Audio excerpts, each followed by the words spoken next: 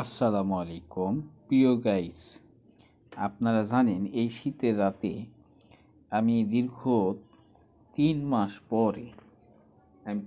পরে আজকে ঢাকা থেকে বাড়ি যাচ্ছি।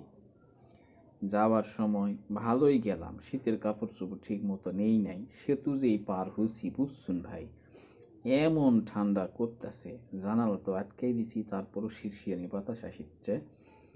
আর রাস্তাঘাটের দিকে তাইকা দেখি কোনো যানবাহন ঠিক মতো নাই, আর রাস্তাঘাটের দোকানপাটও বন্ধ। এমন পরিস্থিতি গ্রাম অঞ্চলে, মানে কি আর কমও, ঠান্ডায় কেউ বাড়াইতে পারতেছে না, এতই শীত গ্রামে।